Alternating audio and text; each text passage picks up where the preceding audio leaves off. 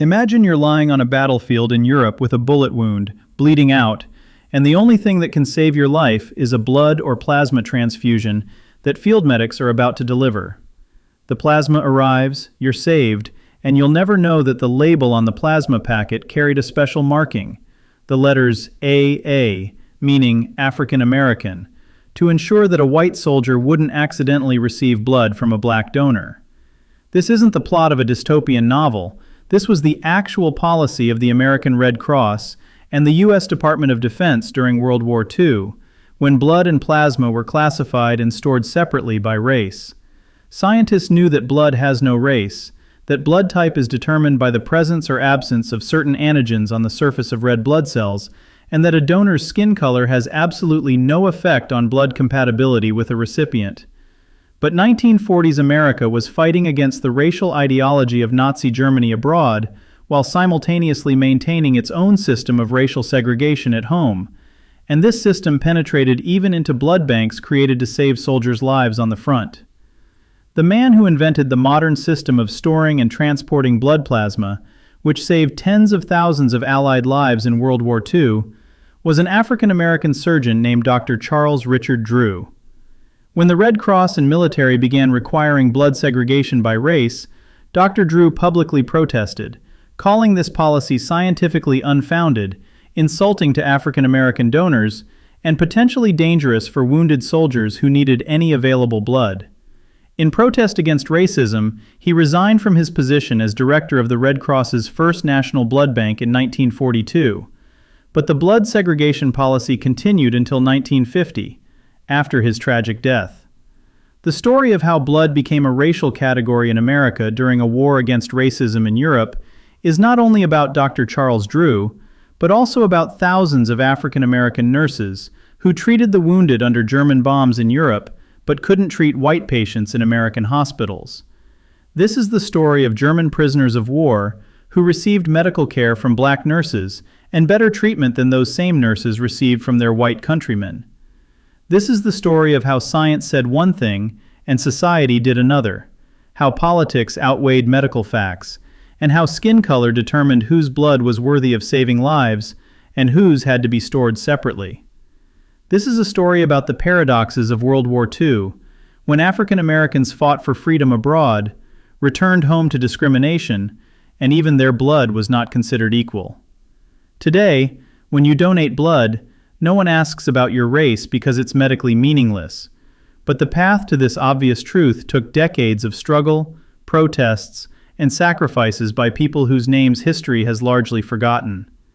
Charles Richard Drew was born June 3, 1904, in Washington, D.C., to a middle-class African-American family where his father worked as a carpet layer and his mother was a teacher. From childhood, Charles demonstrated exceptional organizational abilities. At age 13, he organized a network of 10 newspaper-delivering friends who together delivered 2,000 newspapers daily, transforming individual work into an efficient team. In high school, Drew proved himself an exceptional athlete, excelling beyond his peers in swimming, track, football, and basketball. And these athletic achievements earned him a scholarship to study at the prestigious Amherst College in Massachusetts in 1922. He was one of only 13 black students among 600 college students, and despite the racial prejudice he faced, Drew excelled in both sports and academics. Two events in his life determined his decision to become a doctor: an injury sustained during a football game that showed him the fragility of the human body, and the death of his younger sister during a flu epidemic that swept the city, demonstrating helplessness against disease in the absence of proper medical care. After graduating from Amherst College with a Bachelor of Arts degree in 1926, Drew spent 2 years working as a biology instructor and coach at Morgan College, now Morgan State University, in Baltimore, earning money for medical school. Since opportunities for African Americans to receive quality medical education in the U.S. were severely limited due to racial segregation in most medical schools, Drew crossed the border and enrolled at McGill University in Montreal, Canada, where he received his Doctor of Medicine and Master of Surgery degrees in 1933. In Canada, he encountered less racism than in the U.S., and was able to focus fully on studies and research. After graduating from McGill, Drew's first position was a teaching role in pathology at Howard University, a historically African American university in Washington, from 1935 to 1936, after which he became an instructor in surgery and assistant surgeon at Freedman's Hospital, a federal hospital associated with Howard University. In 1938, Drew received a prestigious two-year Rockefeller Fellowship for graduate study in surgery at Columbia University in New York, one of the country's leading medical institutions. At Columbia's Presbyterian Hospital, Drew began research that would change military medicine and save tens of thousands of lives. He studied methods of storing and preserving blood for transfusions, a problem critically important for treating trauma and shock, but poorly solved by existing technologies. Whole blood spoiled very quickly, even when refrigerated, and couldn't be stored for more than a few days, making it impossible to create blood stockpiles for mass use during wartime. Drew discovered that blood plasma, the liquid part of blood without cells, could be stored significantly longer than whole blood if properly processed and preserved, and that plasma could be used to treat shock and blood loss in patients of any blood type. Plasma contains proteins, clotting factors, and other important components, but doesn't contain red blood cells that determine blood type, so plasma can be transfused universally without risk of incompatibility reaction. Moreover, Drew developed a method for dehydrating plasma, converting it into dry powder that could be stored for months, easily transported and quickly reconstituted by adding sterile water immediately before use. This technology solved the main problem of military medicine: how to deliver blood to the battlefield where it was needed immediately, but where there were no refrigerators and laboratories.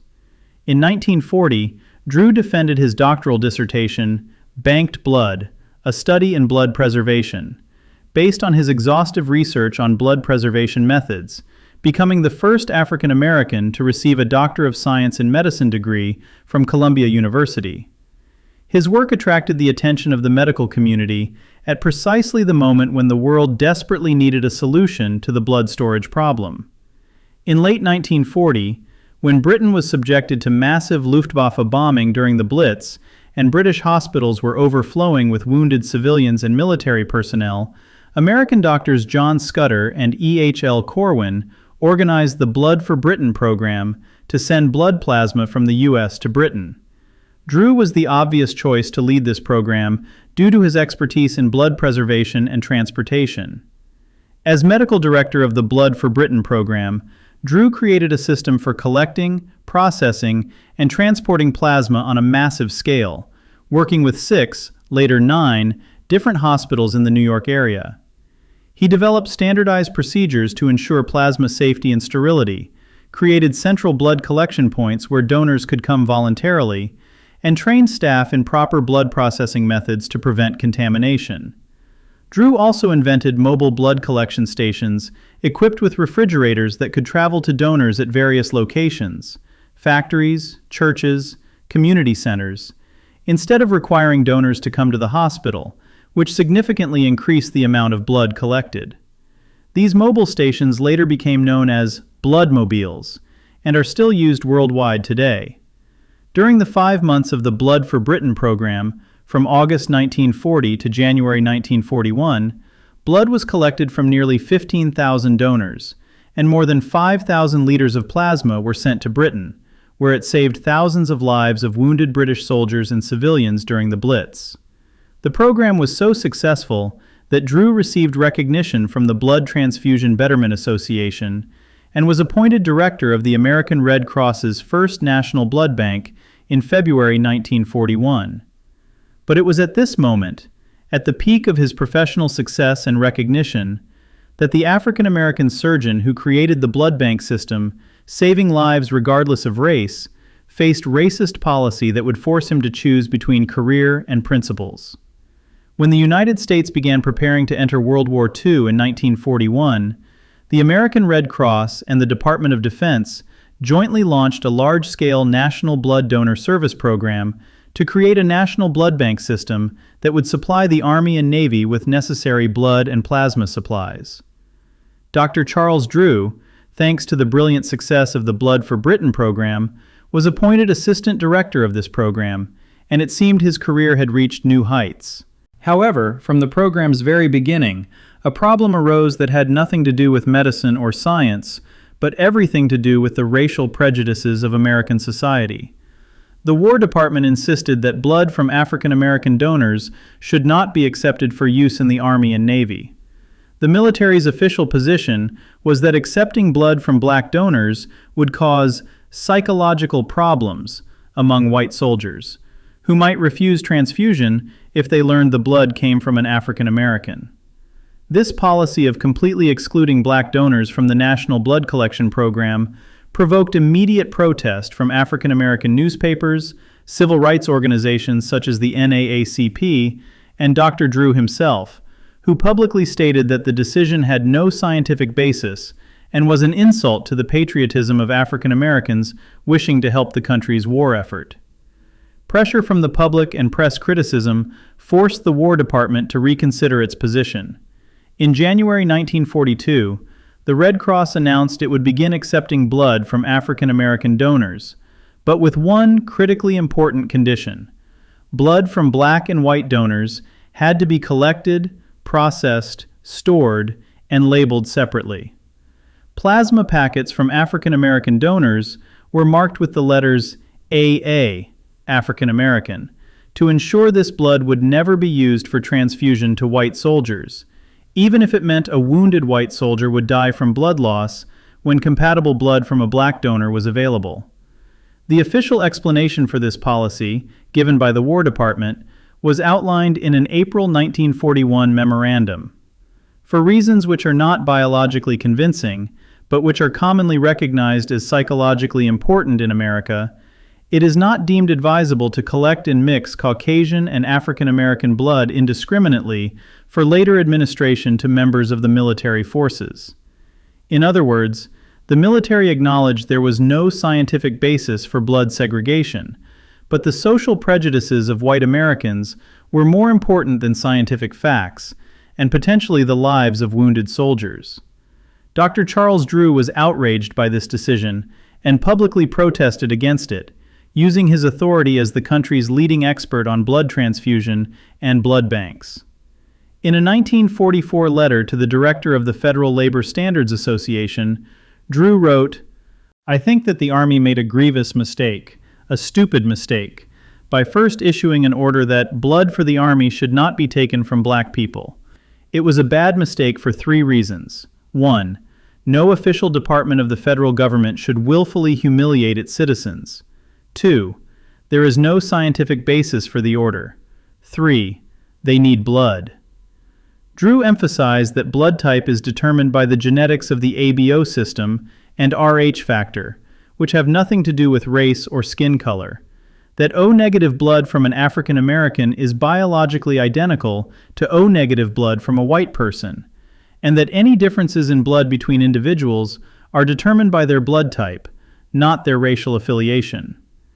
The idea that blood has race was as unscientific as the Nazi ideology about Aryan blood purity that America was fighting against in Europe. Moreover, Drew pointed out the practical danger of blood segregation policy.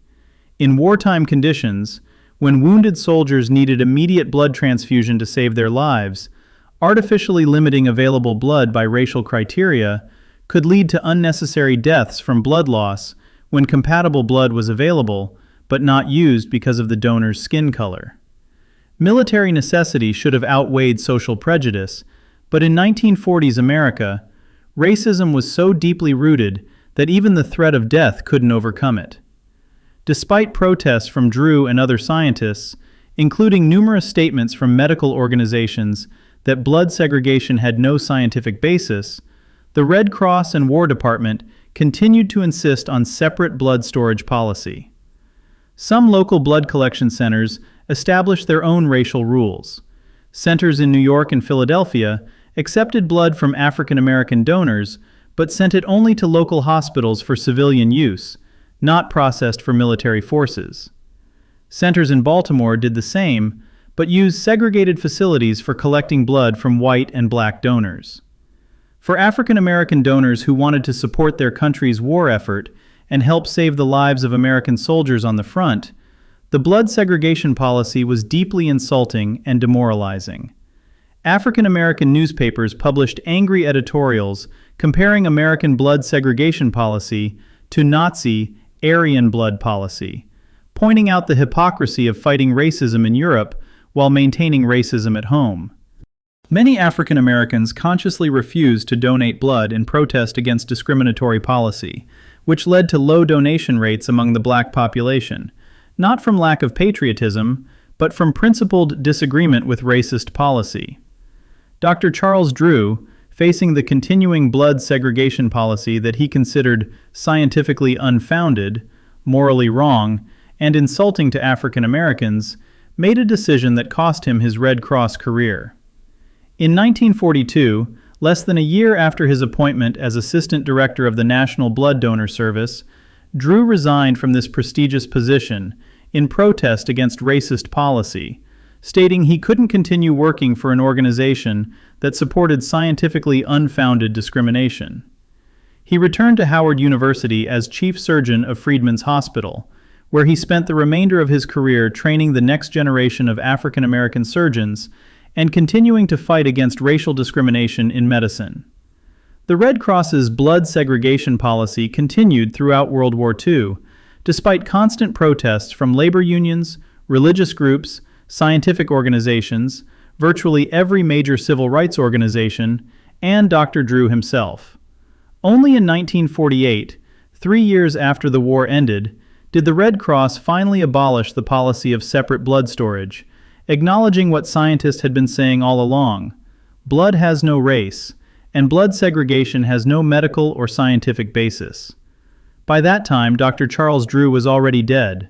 On March 31, 1950, he was killed in an automobile accident in North Carolina on his way to a medical conference at Tuskegee Institute in Alabama. He was only 45 years old. The story of racial discrimination in American military medicine during World War II wasn't limited to blood segregation. It extended to the entire medical care system, including who could treat whom, where, and under what conditions. For thousands of African American nurses who wanted to serve their country during the war, their path to military service was full of humiliations, restrictions, and paradoxes that illustrated the depth of racism in American society. When the United States entered World War II in December 1941, the Army Nurse Corps began expanding nurse recruitment to serve the growing number of wounded and sick service members. Thousands of African American nurses, fully qualified and trained for service, submitted applications to join the Army Nurse Corps, hoping to contribute to the country's war effort and prove their competence and patriotism. All these African American nurses received standard rejection letters, stating their applications couldn't be considered because the Army had no regulations for assigning black nurses, and there were currently no vacancies for African American nurses in the Army Nurse Corps. This was a direct lie. The Army desperately needed nurses, as the number of wounded was growing faster than the number of available medical personnel. But racial prejudice was stronger than military necessity. Mabel Staupers, Executive Secretary of the National Association of Colored Graduate Nurses, began an active lobbying campaign to change the discriminatory Army Nurse Corps policy, appealing to congressmen, military officials, and the public with demands to allow qualified African American nurses to serve. Under pressure from civil rights organizations, the African American press, and several progressive white politicians, the Army reluctantly agreed in 1941. However, the Army established a strict quota on the number of African American nurses it was willing to accept. Initially, only 56 black nurses were admitted to the Army Nurse Corps, while about 6,000 white nurses were already serving. The Army justified this absurdly low quota by stating that African American nurses would be admitted only to treat black soldiers in segregated, colored hospital wards, and therefore the need for black nurses was limited. All these African American nurses received standard rejection letters stating their applications couldn't be considered because the Army had no regulations for assigning black nurses, and there were currently no vacancies for African American nurses in the Army Nurse Corps. This was a direct lie. The Army desperately needed nurses, as the number of wounded was growing faster than the number of available medical personnel. But racial prejudice was stronger than military necessity.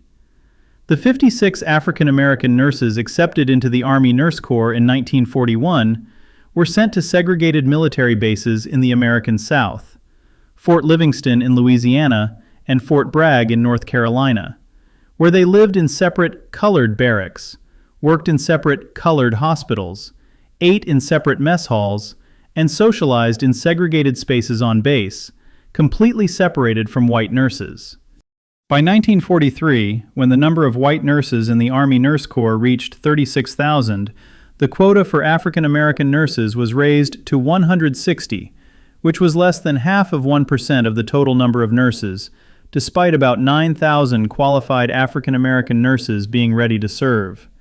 In 1944, the quota was finally removed, but the Army continued to actively limit acceptance of black nurses, and by war's end, only about 500 African American nurses served in the Army Nurse Corps, compared to 59,000 white nurses. But the most insulting aspect of African American nurses' service during the war wasn't just their small numbers or segregated conditions. It was the assignments they received when sent to work in German prisoner of war camps on U.S. territory. During World War II, more than 370,000 German prisoners of war were captured in Europe and North Africa and sent to the United States, where they were held in more than 600 camps across the country. Many African American nurses were assigned to these POW camps to provide medical care to German soldiers, while they were forbidden from treating white American soldiers in American military hospitals. The paradox was shocking. A black nurse could treat a German soldier who fought for Hitler and Nazi racial supremacy ideology, but couldn't treat a white American soldier who fought for the same country as she did. At Camp Florence in Arizona, one of the largest German POW camps in the U.S., a group of 48 African American nurses was sent in 1944 with the explanation that there was too much fraternization between white nurses and German prisoners of war, and the Army decided to replace white nurses with black ones to prevent further fraternization. This meant that even enemy soldiers were considered more suitable partners for social interaction with white nurses than African American nurses, officers of the same army. Life for an African American nurse in a POW camp, especially in camps in the South and Southwest U.S., was lonely and isolated due to strict enforcement of Jim Crow laws. Black nurses were regularly excluded from officer meetings and social functions, were forced to eat in segregated mess halls, and trips to nearby towns were humiliating due to establishments that either restricted black customers to worse seating and service or completely banned their entry. In POW camp hospitals, African American nurses also weren't utilized to the full capacity of their professional abilities, since most German prisoners of war arrived in good health. This was a requirement for transatlantic travel, and needed only routine medical care, rarely critical procedures. Nurses trained to work in war conditions with severely wounded patients wasted their skills treating healthy prisoners of war for colds and minor injuries. Moreover, from a social standpoint, German prisoners of war in many cases received better treatment than African American nurses. Local white residents, American military guards, and officers were friendly to German prisoners, showing a level of respect that black workers, soldiers, and nurses didn't experience with any regularity. When German prisoners of war first arrived in the U.S., many were shocked by the racial hierarchy embedded in American culture. They saw segregated restrooms and restricted dining rooms at train stations, observed black train porters bringing them food and drinks and calling them sir, though they were prisoners of war from an enemy army. It was obvious that in the United States, there was an inherent expectation of subordination to whites, even those from Hitler's army, and that black Americans were at the bottom of this racial hierarchy, below even enemy soldiers. Cases are documented where German prisoners of war insulted African American nurses, and Camp Command took no disciplinary action against the prisoners. At Camp Papago Park near Phoenix, a German prisoner of war publicly stated in front of a black nurse that he hated black people, and when the camp commander applied no punishment, the nurse filed an official complaint with the National Association of Colored Graduate Nurses on August 1, 1944. This is the worst insult that an Army officer has ever had to take. I think it is insulting enough to be here and care for them when we volunteered to come into the Army to take care of military personnel. All this makes us very bitter. Despite these humiliations, African American nurses continued to perform their duties professionally, treat German prisoners of war with the same level of medical care they would provide any patient, and maintain dignity in the face of systematic racism. Some nurses found ways to cope with the absurdity of the situation. One nurse named Eleanor Powell, working at Camp Florence, fell in love with a German prisoner of war named Frederick Albert, and their forbidden interracial romance eventually led to marriage after the war, despite laws against interracial marriage in many states. By the end of 1944, when the number of American wounded reached record levels after major battles in Europe and the Pacific, a real threat of nurse shortage emerged, and even the possibility of drafting nurses into the Army was discussed. Congressman Adam Clayton Powell, Jr., the first African American elected to Congress from New York, publicly condemned the absurdity of the situation. It is absolutely unbelievable that in such times when the world is moving forward, there are leaders in our American life who are moving backward. It is even more unbelievable that these leaders have become so blindly and recklessly un-American that they have forced our wounded men to face the tragedy of death rather than permit trained nurses to help, because the skin of these nurses happens to be a different color. Only in December 1944, after Mabel Stoppers met with First Lady Eleanor Roosevelt, who used her influence on the War Department, did conditions for black nurses in POW camps improve slightly, and some nurses were transferred to camps in California, where they received better treatment. But the fundamental policy of segregated medical care continued until the very end of the war. The paradoxes and hypocrisy of racial policy in American military medicine during World War II became particularly evident when considered in the context of what the United States was fighting against in Europe. America was fighting Nazi Germany, a regime whose central ideology was based on racial supremacy, the idea of Aryan blood purity, and the systematic extermination of people considered racially inferior. The Nazis had their own blood segregation policy, refusing to accept transfusions from non-Aryan donors and insisting on racial purity even in medical procedures. And American propaganda regularly pointed to this racism as one example of Nazi regime barbarism and irrationality. However, the United States simultaneously maintained its own system of racial blood segregation based on the same unscientific idea that blood has race, and that mixing blood of different races is undesirable. African American newspapers and civil rights organizations constantly pointed out this hypocrisy, comparing American blood segregation policy to Nazi Aryan blood policy, and asking how America could condemn Hitler's racism while practicing its own racism at home. One newspaper wrote, "The red cross that burned so bright, now a crooked Nazi sign," directly linking Red Cross policy to Nazi symbolism and ideology. Even more shocking was the experience of African American nurses and soldiers who participated in liberating Nazi concentration camps in Germany at war's end. They entered Dachau, Buchenwald, and other death camps, saw the horrifying results of racist ideology taken to its logical conclusion: mountains of corpses, emaciated survivors, gas chambers, and crematoria designed for industrial-scale extermination of people based on their race, religion, or ethnicity. African American nurses treated concentration camp survivors, many of whom were Jews persecuted by Nazis for their racial origin, and these survivors thanked their liberators and medical personnel for saving their lives. But when these same African American nurses and soldiers returned to the United States after the war, they faced Jim Crow laws, segregated hospitals where they weren't allowed to treat white patients, and a society that continued to treat them as second-class citizens. In some cases, the paradox was even more direct and cruel.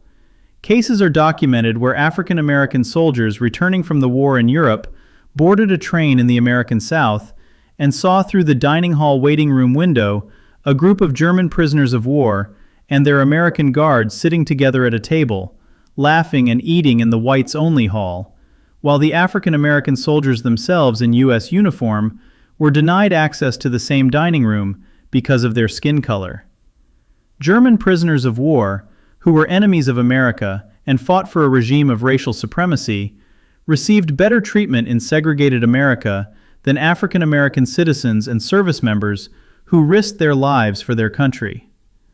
This was a system of racism so deep and systematic that even war against racism couldn't shake it, and where enemies received more respect than the country's own citizens of the wrong skin color. For African American medical workers, the paradoxes were particularly painful. They used science and medicine to save lives based on objective biological facts about the human body, but society ignored these same scientific facts when they contradicted racial prejudices. Dr. Charles Drew scientifically proved that blood has no race, that blood types are determined by genetics unrelated to racial affiliation, and that the idea of black blood and white blood is as unscientific as medieval notions about the four humors.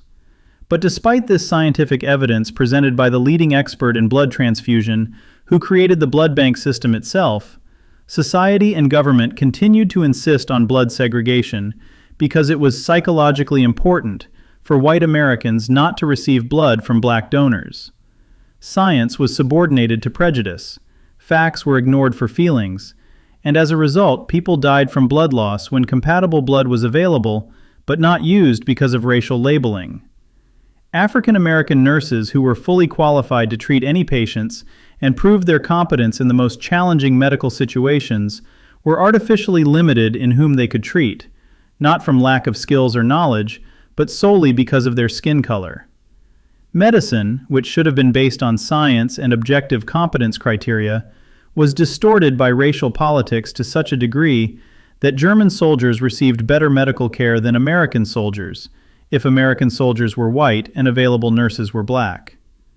Another paradox was that many white nurses and doctors who worked alongside African American colleagues overseas in Europe, Africa, or the Pacific witnessed their professionalism and competence and returned home with changed views on race and ability. Some white medical workers became active supporters of medical care desegregation after seeing how African American nurses and doctors worked effectively in the most challenging war conditions.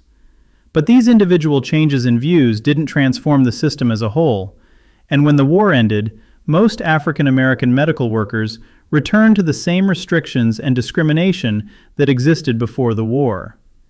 Many African American nurses who served overseas, treated wounded under German bombs, worked in field hospitals in Burma jungles or North African deserts, returned home and found they couldn't get jobs in white hospitals, even with their military experience and recommendations.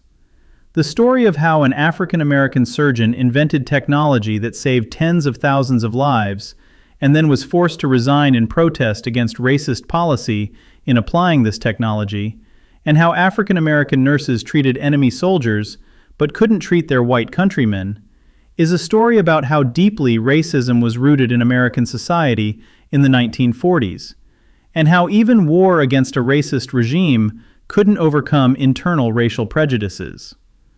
Although the policy of racial blood segregation in medical care continued throughout World War II, the war experience became a catalyst for changes that eventually led to desegregation of the armed forces and medical care in the United States.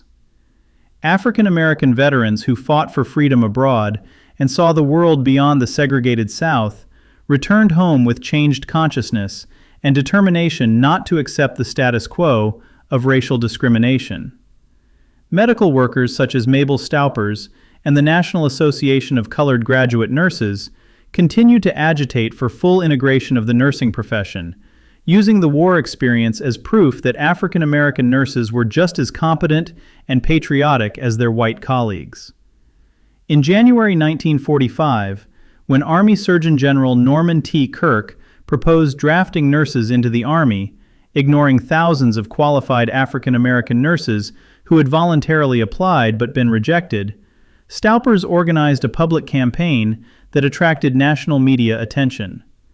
Staupper's meeting with First Lady Eleanor Roosevelt in November 1944 was a turning point.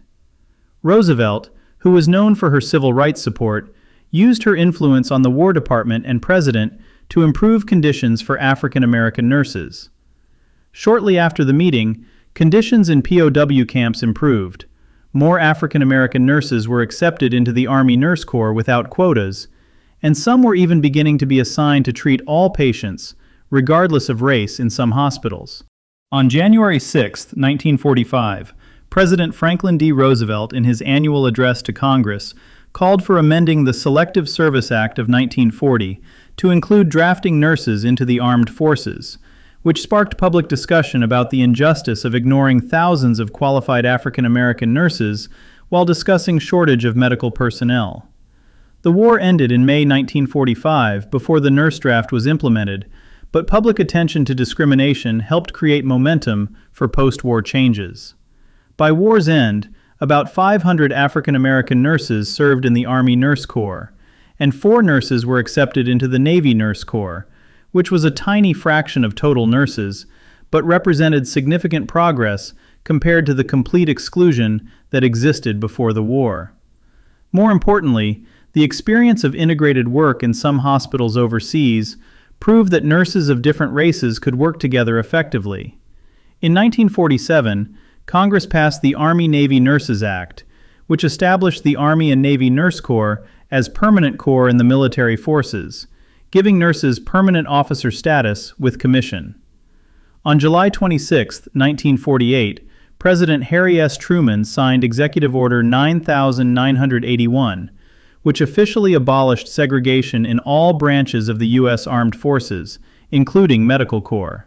Executive Order 9981 was the result of years of struggle by African American civil rights organizations, pressure from World War II veterans who refused to accept continued discrimination, and recognition by military leadership that segregation was ineffective and contradicted American values of freedom and equality. The war experience showed that integrated units could work effectively, and that racial segregation was a relic of the past that had no place in a modern army. Also in 1948, the American Red Cross finally abolished the policy of separate blood storage by racial criteria, acknowledging what Dr. Charles Drew and other scientists had been saying throughout the war: blood has no race, and blood segregation has no scientific or medical basis. Unfortunately, this acknowledgement came too late for Dr. Drew, who died in an automobile accident in 1950, not living to see the full desegregation of medicine for which he fought. The American Nurses Association also began the integration process in 1948, providing direct membership to African American nurses who had previously been excluded from many state nursing associations due to racial discrimination. In 1949, Mabel Staupers became president of the National Association of Colored Graduate Nurses, and after achieving its primary goals, integration of the Army Nurse Corps and American Nurses Association, she led the voluntary dissolution of NACGN, believing the organization had fulfilled its mission. The process of full integration took several years after Executive Order 9981, as various branches of service resisted changes, and many military bases in the South continued to practice informal segregation even after official abolition. But by the beginning of the Korean War in 1950, American armed forces were significantly more integrated than during World War II, and African American soldiers and medical workers served alongside white colleagues in most units. The experience of African American World War II veterans, including nurses and medical workers, became an important part of the growing civil rights movement in the 1950s and 1960s. Veterans who had risked their lives for their country refused to accept second-class status at home and became leaders in the fight against segregation, discrimination, and racial injustice in all aspects of American society.